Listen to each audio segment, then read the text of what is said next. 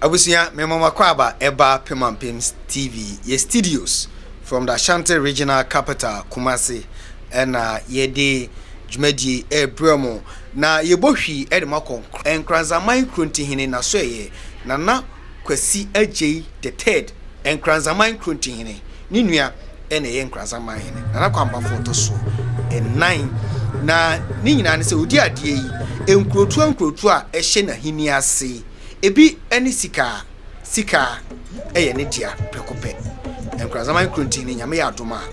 okọ Sikaa na wokohia ne manfo na one omo akotwetwe nkomo na wada ne ho adi sonko kwan so e de akire Sikaa man sampa omura apa na komo bia ewo fitie mu anase ewo ho se oni Sikaa man etwetwe no na yewura e de atwetwa na yewura Krontihene ekọ Sikaa idie na pemampem ya ena ebebo hu daru edi nyame di adoma eye on the 3rd of May 2026 ya next month 3rd pepepe edano esi kwasiada na yewura Krontihene ene ne dom ifin Nkoranza edo mani ekire Sikaa man de ede tumanim ni se yewura Krontihene eba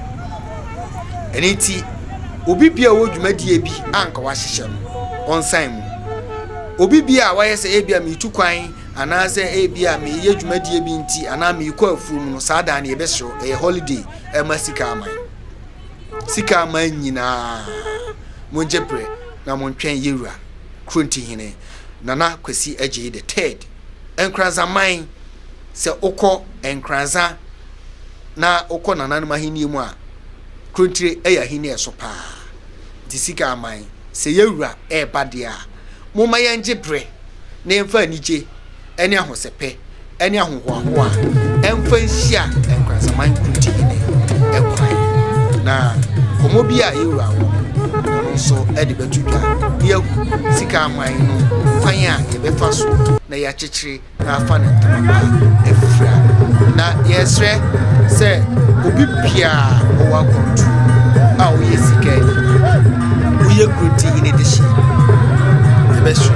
se o so du ani nya ebepa na ye ya fa ne se homecoming na de abehia yewura Nkoranza Krontihene na ye nyina ni munyam sha na nanom ni twedi akon ya hye ye nyina